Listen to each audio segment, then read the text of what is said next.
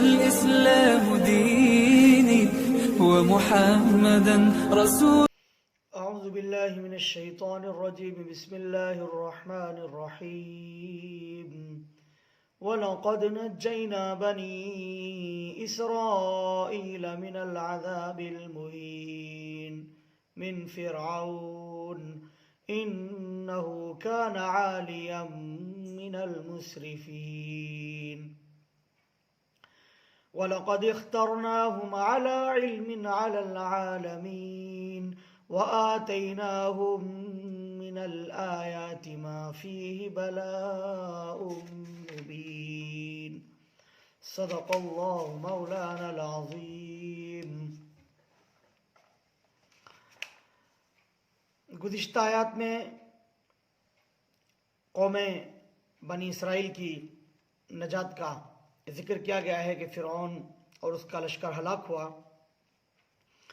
اور حضرت موسیٰ علیہ السلام پر ایمان لانے والے جو لوگ تھے بنی اسرائیل کے، ان کو اللہ سبحانہ و تعالیٰ نے نجات عطا فرما دی، اور فرعون اور اس کا لشکر وہ تمام کے تمام لوگ غرق ہوئے، تباہ و برباد ہوئے، اور ان کو مہلت بھی نہیں دی گئی، بلکہ جیسا کہ اللہ کی طرف سے ان کو حکم ہوا تھا حضرت موسیٰ علیہ السلام نے بالکل ویسا ہی کیا، اور اللہ کی مرضی کے مطابق وہ سارے کے سارے کام انجام دیتے رہے. چنانچہ فرعون کو اور اس کے لشکر کو اللہ سبحانہ و تعالیٰ نے غرق کر دیا، اور چونکہ کوئی نیک عمل اور کوئی اچھا کام وہ چھوڑ کر کے نہیں گئے ہیں، اس لیے زمین و آسمان ان پر نہیں روئے اور کسی نے اس کا افسوس نہ کیا، اور وہ مہلت بھی ان کو نہیں دی گئی. مذکور آیات میں اللہ پاک نے اس مضمون کو جاری رکھا اور یہ بات ارشاد فرمائی، وَلَقَدْ نَجَّيْنَا بَنِي إِسْرَائِيلَ مِنَ الْعَذَابِ الْمُهِينِ، اور ہم نے بچا کر کے نکال لیا بنی اسرائیل کو مصیبت اور ذلت والے عذاب سے، ذلت اور رسوائی والے عذاب سے ہم نے بنی اسرائیل کو بچا لیا اور محفوظ کر لیا. فرعون کے دست نگر تھے لوگ، اور فرعون کا حکم چلتا تھا، اسی لیے ذکر کیا من فرعون، جو فرعون کی طرف سے تھی یہ مصیبت یا آزمائشیں اور ان کو جو کچھ بھی تکلیفیں تھیں وہ فرعون کی طرف سے تھیں. اللہ سبحانہ و تعالیٰ نے فرعون کو ہلاک کیا اور ان کو بچایا، تو ان کو سخت ترین ذلت اور رسوائی والا جو عذاب تھا، اور ایک طرح سے بنی اسرائیل کے لیے آزمائش کی بات تھی، اس سے ان کو محفوظ کر دیا. انہ کان عالیا من المسرفین.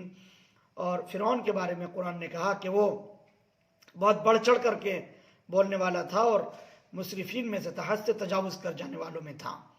فرعون کے بارے میں یہ بات قرآن کریم نے اور مقامات پر بھی ذکر کی ہے کہ فرعون اپنے آپ کو بہت بلند اور بہت ہی اعلیٰ و عرفہ سمجھتا ہے، جبکہ وہ ایسا ہے نہیں، بلکہ حقیقت یہ ہے کہ وہ حد سے تجاوز کرنے والا ہے، وہ حد سے بڑھ جانے والا ہے، اس کی کوئی حیثیت اور کوئی وقت نہیں ہے. انہ کان عالیا من المسرفین، وہ تھا بہت زیادہ بڑھنے چڑھنے والا اور حد سے زیادہ تجاوز کر جانے والا. وَلَقَدْ اخْتَرْنَاهُمْ عَلَى عِلْمٍ عَلَى الْعَالَمِينَ، اور ان کو ہم نے چن لیا، پسند کر لیا جان بوجھ کر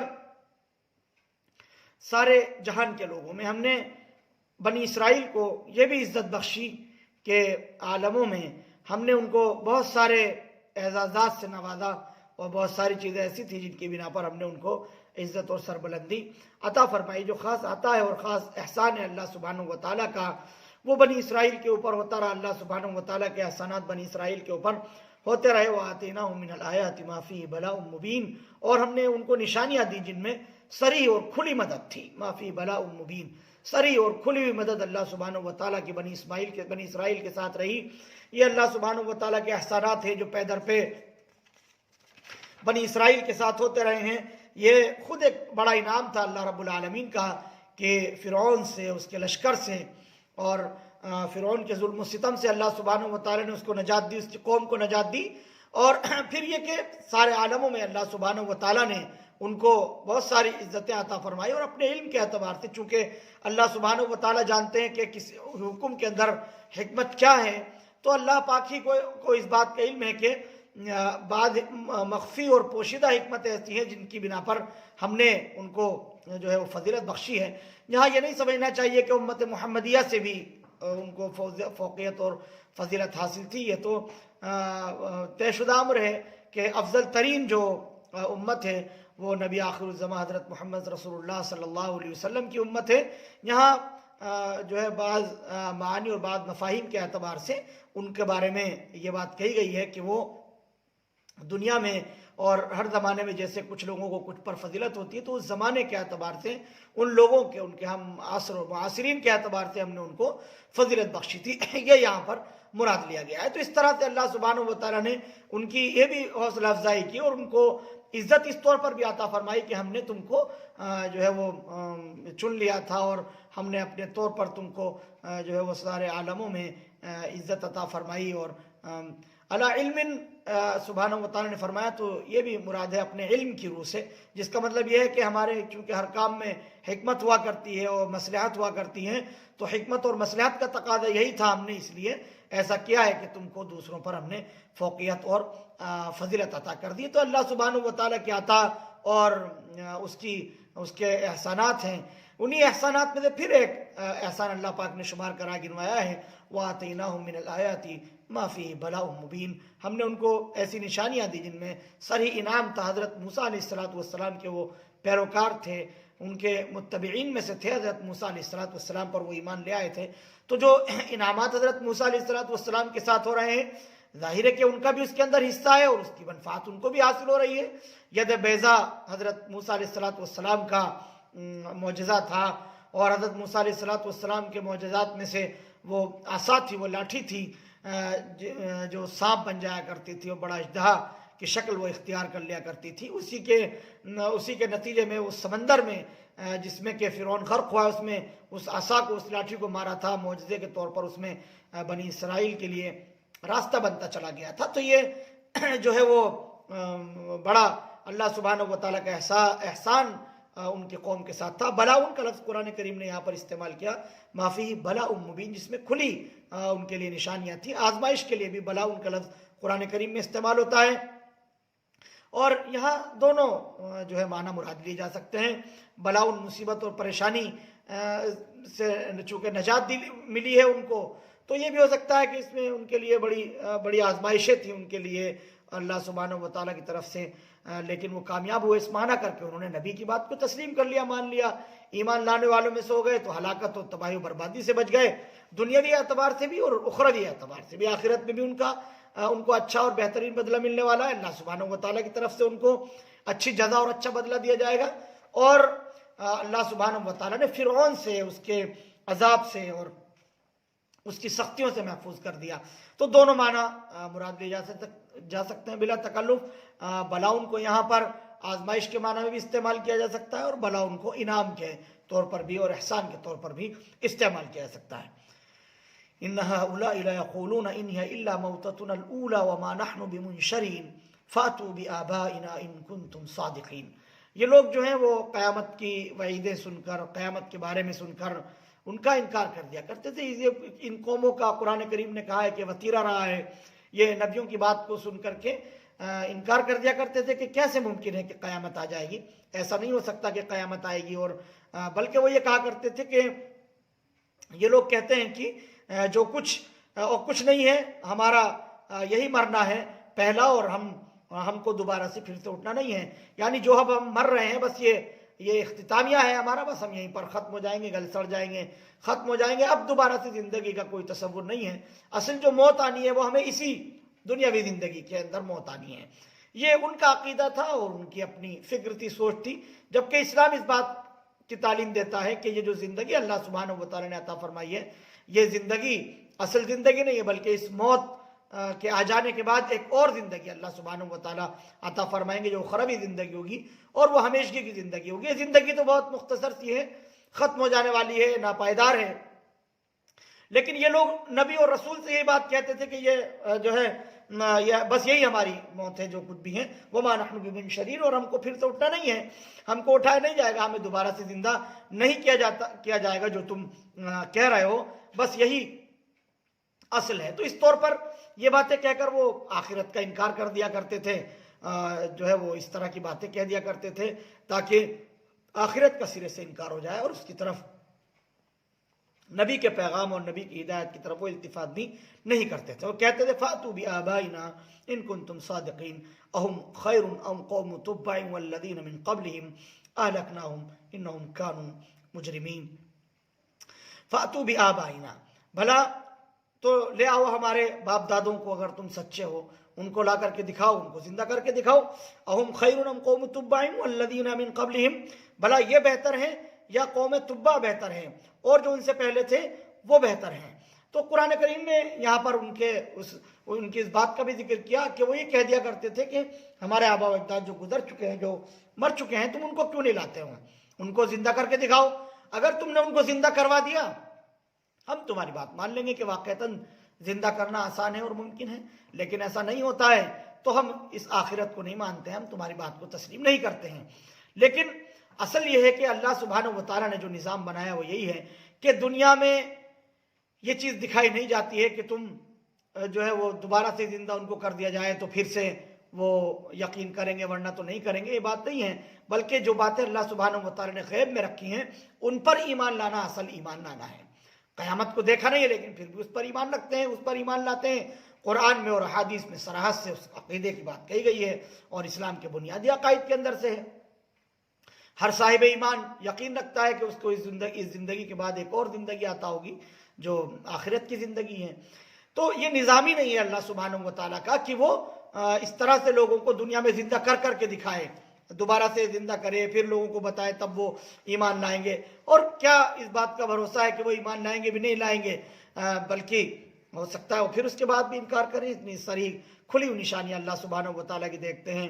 آسمان ہے، زمین ہے، ان کے مابین کیسی کیسی مخلوقات ہیں. بنجر زمینوں کا دوبارہ سے جو ہے سرسبز و شاداب ہو جانا ہے اور لہلا اٹھنا ہے. تمام کی تمام چیزیں جو ہے وہ نشانیاں تھیں، لیکن اس کے باوجود جو ہے وہ اس کو تسلیم نہیں کر رہے ہیں. اور یہ سب سے بڑی نشانی ہے زمین کا جو ہے وہ زندہ ہو جانا بنجر ہونے کے بعد. تو اسی طرح سے اللہ کے لیے کوئی مشکل امر نہیں ہے کہ وہ دوبارہ سے زندہ کرے گا اور دوبارہ سے اٹھائے گا. تو قرآن کریم کہتا ہے کہ اہم خیر ام قوم تبع والذین من قبلہم، بھلا یہ بہتر ہیں یا تبع کی قوم اور جو ان سے پہلے تھے. اہلکناہم، ہم نے ان کو غارت کر دیا، ان کو ہلاک کر دیا. انہم کانوا قوما مجرمین، بے شک وہ گناہ گار تھے اور وہ مجرم تھے، انہوں نے حرکتیں کی تھیں. قوم تبع جو ہے وہ یا تبع کی قوم، قوم تبع یا تبع کی قوم، قرآن کریم میں یہ لفظ جو ہے دو جگہ استعمال ہوا ہے. قوم تبع کا 2 جگہ ذکر ہے، ایک سورہ قاف کے اندر اس کا ذکر آیا ہے اور ایک یہاں پر. لیکن قوم تبع کے حالات اور ان کی جو ہے وہ زیادہ تفصیلات قرآن کریم نے ذکر نہیں کی ہیں. البتہ یہ جو ایک لقب تھا خاص جو یمن کے جو شاہان تھے، جو بادشاہ تھے، ان کے لقب ہوا کرتے تھے اور انہی القاب میں سے جو ہے انہی القاب سے ان بادشاہوں کو یاد کیا جاتا تھا اور ان کی قوم کہا جاتا تھا. قوم تبع یعنی جو تبع جو بادشاہ گزرا ہے یمن کا، اس کی قوم. تو اس طرح سے ان کی سلطنت پھیلی ہوئی تھی. بعد افریقہ اور عرب اور شام اور عراق وغیرہ کے علاقوں تک ان کی سلطنتیں اور ان کی حکومتیں رہی ہیں. یہ جو ہے وہ تاریخی شواہد سے باتیں ملتی ہیں. تو معلوم یہ ہوا کہ اس کی طرف جو ہے وہ قرآن کریم اشارہ کر رہا ہے کہ جو ہے وہ اس طرح سے گویا ان کو نمونے کے طور پر پیش کیا جا رہا ہے کہ یہ زیادہ بہتر ہے کیا وہ لوگ کہ جو ہماری نافرمانی کر رہے ہیں اور نافرمانی کے نتیجے میں جو ان سے پہلے بھی گزر چکے ہیں ان کو ہم نے ہلاک کیا، ہم نے ان کو غارت کر دیا اس لیے کہ وہ مجرم قوم تھے، وہ گناہ گار تھے. ان کے جرم کی پاداش میں ہم نے ان کو اپنی گرفت میں لے لیا، ہمارا عذاب ان کے اوپر نازل ہو کر کے رہا. تو جو قومیں نبی کی بات نہیں مانتی ہیں، تسلیم نہیں کرتی ہیں اور انکاری ہو جاتی ہیں نبی کی تعلیمات کا اور اس کی ہدایات کا، اور وہ طرح طرح کے اعتراضات کرتی ہیں، تو اللہ سبحانہ و تعالیٰ اپنے نظام کے تحت اس دنیا کو چلا رہے ہیں. ان کا جواب نہیں دیا جاتا بلکہ ان کو انتظار کرایا جاتا ہے کہ اللہ کی گرفت کا اور اس کی پکڑ کا تم انتظار کرو. جب اللہ کی گرفت آئے گی تب تمہیں نہ مہلت دی جائے گی اور تمہاری آنکھیں اسی وقت کھل جائیں گی. اس لیے کہا ہلکناہم، ہم نے ان کو ہلاک کیا. انہم کانوا مجرمین، وہ گناہ گار تھے. وما خلقنا السماوات والارض وما بینہما لاعبین، اور ہم نے جو آسمان بنائے ہیں اور جو زمین بنائی ہے یہ کوئی کھیل کی چیز نہیں ہے کہ یوں ہی کھیل تماشا جو ہے وہ ہم نے بنایا ہے. یہ کھیل تماشے کی چیز نہیں ہے.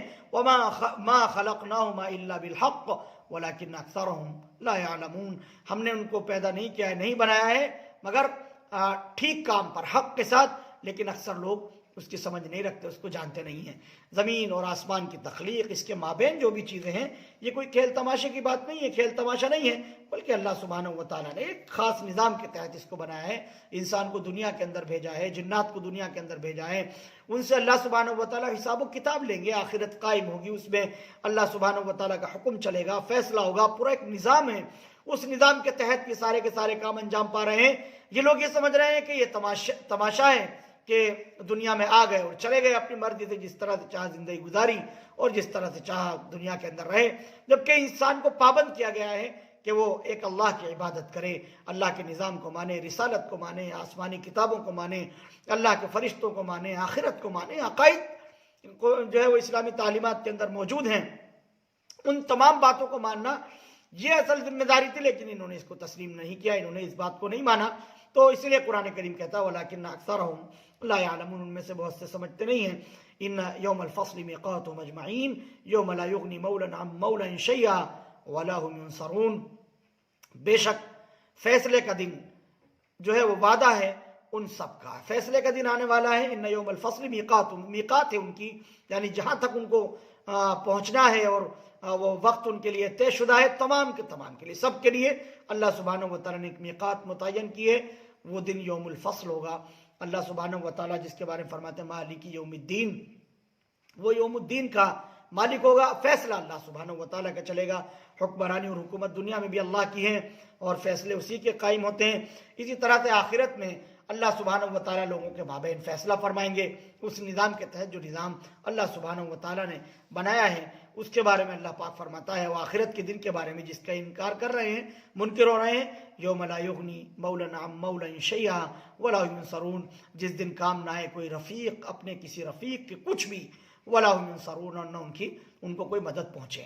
کوئی رفیق جو دنیاوی اعتبار سے آپس میں ایک دوسرے کے دوست ہوا کرتے تھے، اس سے پہلے بھی قرآن کریم کی آیات میں آ چکا کہ تمام کی تمام دوستیاں وہاں پر مٹ جائیں گی، ختم ہو جائیں گی، ایک دوسرے کو لوگ لان تان کر رہے ہوں گے، ملامت کر رہے ہوں گے، ایک دوسرے کے اوپر اپنے جرم کو ڈالنے کی فکر اور کوشش میں لگے ہوئے ہوں گے، وہاں پر کوئی کسی کے کام نہیں آئے گا سوائے مومنین کے۔ مومنین آپس میں رفیق ہوں گے، دوست ہوں گے، خوش و خرم ہوں گے، ایک ساتھ زندگی بسر کر رہے ہوں گے، سکون اور طمانینت کی زندگی وہاں پر وہ بسر کریں گے۔ یہ اصحاب ایمان جو ہیں، یہ نعمت اللہ سبحانہ و تعالیٰ کی صرف ان کو نصیب ہوگی۔ یہاں بھی فرمایا کہ اس دن کوئی رفیق کسی رفیق کے کام آنے والا نہیں ہے، نہ ان کو کوئی مدد پہنچے گی، کوئی چاہے کہ ہمیں کہیں سے مدد مل جائے، کہیں سے ہمارا کچھ تعاون ہو جائے، لیکن یہ سارے کے سارے معاملات آخرت میں نہیں ہوں گے، بلکہ انسان کو جو کچھ بھی مہلت دی گئی ہے وہ اسی دنیاوی زندگی تک ہے۔ وہ چاہے خیر کے اعمال کرے، چاہے برائی دنیا کے اندر کرے، یہ اس کی اپنی ذات کے لیے، اگر اچھائی کرتا ہے اور اچھائی کو اختیار کرتا ہے تو اس کی نافعیت اس کی اپنی ذات کے لیے، اللہ کو اس کا کوئی فائدہ و کوئی نفع پہنچنے والا نہیں ہے۔ اسی طرح سے اگر وہ اپنے لیے بدی کی راہ چنتا ہے، برائی کی راہ چنتا ہے، اختیار کرتا ہے، تو اللہ کی ذات اور اس کی شخصیت تو کوئی نقصان نہیں ہوگا، بلکہ اس کا نقصان اس کو خود کو ہوگا۔ قرآن کریم کہتا ہے وَمَا ظَلَمْنَاهُمْ وَلَٰكِنْ كَانُوا أَنفُسَهُمْ يَظْلِمُونَ، یہ جو کچھ بھی دنیا میں خلاف ورزیاں کر رہا ہے، نبوت اور رسالت کے قانون کے خلاف جتنا کچھ بھی کر رہا ہے، قرآن و حدیث کے خلاف جتنا کچھ بھی چل رہا ہے، یہ اپنی ذات کے اوپر ظلم کر رہا ہے، یہ اللہ کا بگاڑ نہیں رہا ہے، اللہ کا اس سے کوئی نقصان نہیں ہے، یہ ظلم اپنے اوپر کر رہا ہے، اس کا نتیجہ وہ بھگتے گا۔ چنانچہ جو لوگ دنیا کے اندر اس نظام کو نہیں تسلیم کر رہے ہیں، اس نظام کو نہیں مان رہے ہیں، وہ آخرت میں نتیجہ بھگتنے والے ہیں۔ وہ اللہ سبحانہ و تعالیٰ نے اس کے لیے آخرت تیار کی ہے۔ آخرت کا عقیدہ اسلام میں اسی لیے بہت ہی اہمیت کا حامل ہے، اور عقیدہ آخرت کے بغیر اسلام کا تصور ممکن نہیں۔ اگر کسی انسان کو اس بات کا یقین نہیں کہ آخرت قائم ہوگی، اللہ سبحانہ و تعالیٰ اس میں حساب و کتاب لیں گے، تو وہ صاحب ایمان نہیں۔ آخرت کا درجہ اسلامی عقائد کے اندر بڑی اہمیت رکھتا ہے۔ تو جو لوگ جو ہے وہ کام کر رہے ہیں اس طرح کے، اور وہ یہ سمجھ رہے ہیں کہ آخرت میں کچھ نہیں ہونے والا ہے، تو ان کے لیے جو ہے پہلے ہی سے باخبر کیا جا رہا ہے، وہاں کوئی کسی کے کام آنے والا نہیں ہے، وہاں پر کسی بھی طرح کی کوئی مدد نہیں کی جائے گی، الا من رحم اللہ، مگر جس پر اللہ سبحانہ و تعالی رحمت فرمائے، انہ هو العزیز الرحیم، بے شک وہی ہے زبردست رحم کرنے والا۔ اللہ سبحانہ و تعالی جس کو چاہیں گے رحم کا معاملہ فرمائیں گے۔ قیامت میں اپنے مومن بندوں پر جو ایمان لے آئے ہیں اور ایمان لانے کے بعد وہ ان سے برے اعمال ہو رہے ہیں اور بدعملیاں ان سے سرزد ہو رہی ہیں، اللہ سبحانہ و تعالیٰ جو ہے وہاں پر اگر چاہیں گے تو وہاں پر ان کو بخش دیں گے۔ اللہ سبحانہ و تعالیٰ کا اپنا نظام ہے، اس نظام کے تحت وہ جس طرح سے چاہیں فیصلہ فرمائیں گے۔ اللہ سبحانہ و تعالیٰ پر کسی کا حکم نہیں چلتا، اصل حکم اسی کا ہے، تو اپنی مرضی سے جو چاہیں فیصلہ فرمائیں گے۔ اگر اللہ ہی چاہے رحم کرنا تو اپنے بندوں پر وہ رحم فرما دیں گے اور ان کو جنت کے اندر داخل فرما دیں گے، اس لیے کہ جو دنیا جس کو دارالامتحان اللہ سبحانہ و تعالیٰ نے بنایا ہے اور آخرت جزا و سزا کے لیے رکھی ہے، یہ ہر ایک کے لیے ہے، سبھی کے لیے ہے، لیکن اللہ سبحانہ و تعالیٰ کی رحمت بھی ایک بڑی چیز ہے کہ اللہ سبحانہ و تعالیٰ اپنے بندوں میں سے جس پر چاہیں گے احسان کا معاملہ فرمائیں گے، انعام فرمائیں گے، اپنے جن بندوں کو وہ چاہیں گے ان کی بخشش کے فیصلے فرما دیں گے۔ یہ اللہ سبحانہ و تعالیٰ کی اپنی مرضی کے اعتبار سے اور اللہ سبحانہ و تعالیٰ کے اپنے نظام کے اعتبار سے، اسی لیے فرمایا الا من رحم اللہ، مگر جس پر اللہ سبحانہ و تعالیٰ رحمت فرمائے، انہ هو العزیز الرحیم، بے شک وہی ہے زبردست رحم فرمانے والا۔ Thank you for watching Mufti Ashik Phulati.